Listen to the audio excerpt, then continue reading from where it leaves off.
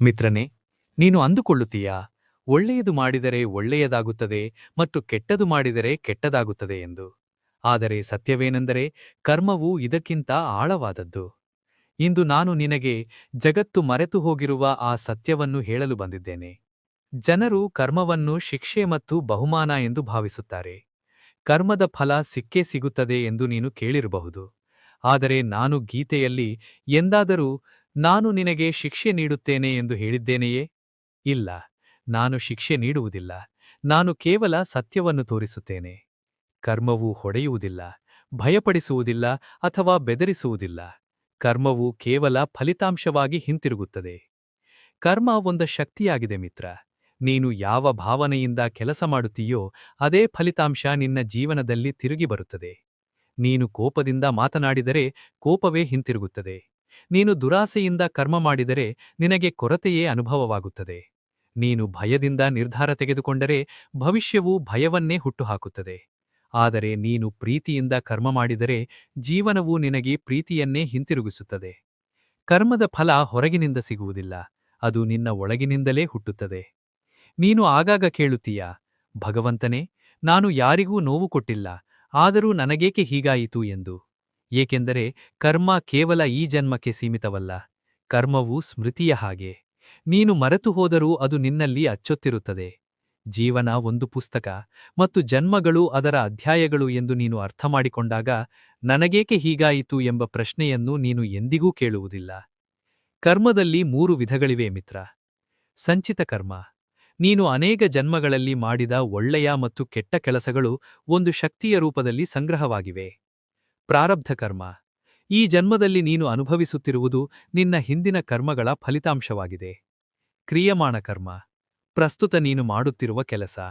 ಈಗ ನೀನು ಏನು ಯೋಚಿಸುತ್ತಿದ್ದೀಯೋ, ಮಾತನಾಡುತ್ತಿದ್ದೀಯೋ ಅಥವಾ ಮಾಡುತ್ತಿದ್ದೀಯೋ ಅದೇ ನಿನ್ನ ಮುಂದಿನ ಜೀವನವನ್ನು ಬದಲಾಯಿಸುತ್ತದೆ. ಕೇವಲ ಈ 3ನೇ ಕರ್ಮ, ಅಂದರೆ ಈಗಿನ ಕೆಲಸ ಮಾತ್ರ ನಿನ್ನ ಕೈಯಲ್ಲಿದೆ.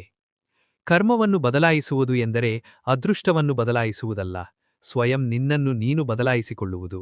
ಈ 3 ವಿಷಯಗಳು ಕರ್ಮವನ್ನು ತಕ್ಷಣವೇ ಬದಲಾಯಿಸುತ್ತವೆ.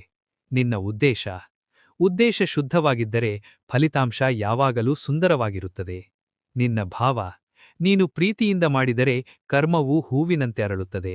ನಿನ್ನ ಆಯ್ಕೆ. ಇಂದಿನ ನಿರ್ಧಾರವು ನಾಳೆಯ ದಾರಿಯನ್ನು ನಿರ್ಧರಿಸುತ್ತದೆ. ಕರ್ಮ ಯಾವಾಗ ಭಾರವಾಗುತ್ತದೆ ಎಂದರೆ ನೀನು ಅದನ್ನು ನನ್ನದು ಎಂದು ಒಪ್ಪಿಕೊಂಡಾಗ. ಅದೇ ನೀನು ಅದನ್ನು ನನ್ನದಲ್ಲ, ಇದು ದೇವರಿಗೆ ಸೇರಿದ್ದು ಎಂದು ನನಗೆ ಒಪ್ಪಿಸಿದರೆ ಕರ್ಮ ಹಗುರವಾಗುತ್ತದೆ.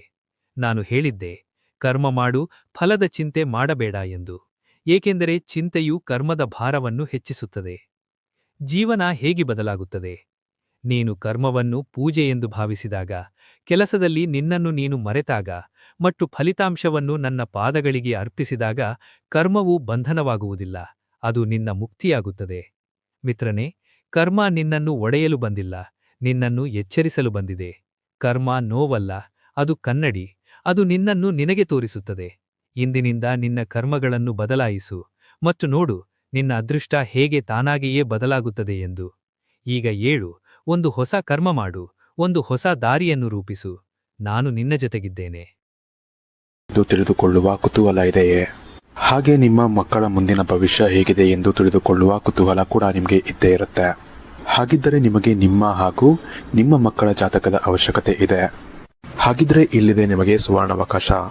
ಡಿವೈನ್ ಕನ್ನಡ ವತಿಯಿಂದ 499ಕ್ಕೆ ಸಿಗುವಂತಹ ಕಂಪ್ಲೀಟ್ ಜಾತಕ ನಿಮಗೆ ಕೇವಲ 299 ರೂಪಾಯಿಗೆ ಸಿಗ್ತಾ ಇದೆ. ಜಾತಕದಲ್ಲಿ ನಿಮಗೆ ವಿದ್ಯಾಭ್ಯಾಸ, ವಿವಾಹ, ಉದ್ಯೋಗ, ಆರೋಗ್ಯ, ಸಂತಾನ ಹಾಗೆ ವ್ಯಾಪಾರ ವ್ಯವಹಾರಕ್ಕೆ ಸಂಬಂಧಪಟ್ಟಂತಹ ಎಲ್ಲ ಮಾಹಿತಿಗಳು ನಿಮಗೆ ಈ ಒಂದು ಜಾತಕದಲ್ಲಿ ನಿಮಗೆ ಸಿಗುತ್ತೆ. ಇದರ ಜೊತೆಗೆ ಈ ಜಾತಕದಲ್ಲಿ ನಿಮಗೆ ಗೋಚಾರ ಫಲಗಳಾಗಲಿ, ನಕ್ಷತ್ರ ಫಲಗಳಾಗಲಿ, ದಶಾಫಲಗಳು, ಪಂಚಾಂಗ ಫಲಗಳು ಹಾಗೆ ಈ ಒಂದು ಸಮಸ್ಯೆಗಳು ನಿಮಗೆ ಏನೇನು ಬರುತ್ತೆ ಅದಕ್ಕೆ ಪರಿಹಾರಗಳು ಎಲ್ಲವೂ ಕೂಡ ಈ ಒಂದು ಜಾತಕದಲ್ಲಿ ನಿಮಗೆ ಇರುತ್ತೆ. ಇದನ್ನು ನೀವು ಸಿಂಪಲ್ ಆಗಿ PDF ಮುಖಾಂತರ ನೀವು ಪಡ್ಕೊಬೋದು. ಇದನ್ನು ನೀವು PDF ರಿಸೀವ್ ಮಾಡಿದ ತಕ್ಷಣ ನೀವು ನಿಮ್ಮ ಹತ್ತಿರ ಇರುವಂತಹ ಜೆರಾಕ್ಸ್ ಶಾಪಲ್ಲಿ ಇದನ್ನು PDF ಮೇಲೆ ನೀವು ಪ್ರಿಂಟ್ ಬೇಕಾದ್ರೂ ಮಾಡಿಸ್ಕೊಬೋದು ಅಥವಾ ಮೊಬೈಲಲ್ಲೇ ನೀವು ಈ ಒಂದು ಜಾತಕವನ್ನು ನೋಡ್ಕೊಬೋದು. ಆರ್ಡರ್ ಮಾಡುವುದಕ್ಕಾಗಿ ವಿಡಿಯೋ ಕೆಳಗಡೆ ಡಿಸ್ಕ್ರಿಪ್ಷನ್ ಬಾಕ್ಸಲ್ಲಿ ಮೊದಲನೇ ಲಿಂಕ್ ಇರುತ್ತೆ, ಅದರ ಮೇಲೆ ನೀವು ಕ್ಲಿಕ್ ಮಾಡಿ ಇದು ಡೈರೆಕ್ಟಾಗಿ ನಿಮಗೆ ವಾಟ್ಸಪ್ಗೆ ಹೋಗುತ್ತೆ. ಅಲ್ಲಿ ನೀವು ಹೋಗಿ ನಿಮ್ಮ ಹೆಸರು, ನಿಮ್ಮ ಜನ್ಮ ದಿನಾಂಕ ಹುಟ್ಟಿದ ಸಮಯ, ಹುಟ್ಟಿದ ಊರಿನ ಜಿಲ್ಲೆಯನ್ನ ವಾಟ್ಸಾಪ್ ಮುಖಾಂತರ ನಮಗೆ ಸೆಂಡ್ ಮಾಡಿ. ನಂತರ ನಿಮಗೆ ಕೇವಲ 2 ದಿನಗಳಲ್ಲಿ ನಿಮಗೆ PDF ಮುಖಾಂತರ ನಿಮ್ಮ ಜಾತಕವನ್ನು ನೀವು ಪಡ್ಕೊಬೋದು. 60ರಿಂದ 70 ಪುಟಗಳು ಕೂಡ ಈ ಒಂದು ಜಾತಕದಲ್ಲಿ ಇರುತ್ತೆ. ಇದ್ರೆ ಮಿಸ್ ಮಾಡದೆ ಆರ್ಡರ್ ಮಾಡಿ. ಹಾಗೆ ನಿಮ್ಮ ಭವಿಷ್ಯದಲ್ಲಿ ನಡೆಯುವಂತಹ ಎಲ್ಲ ವಿಷಯಗಳನ್ನ ಮುಂಚೆನೆ ನೀವು ತಿಳಿದುಕೊಳ್ಳಿ.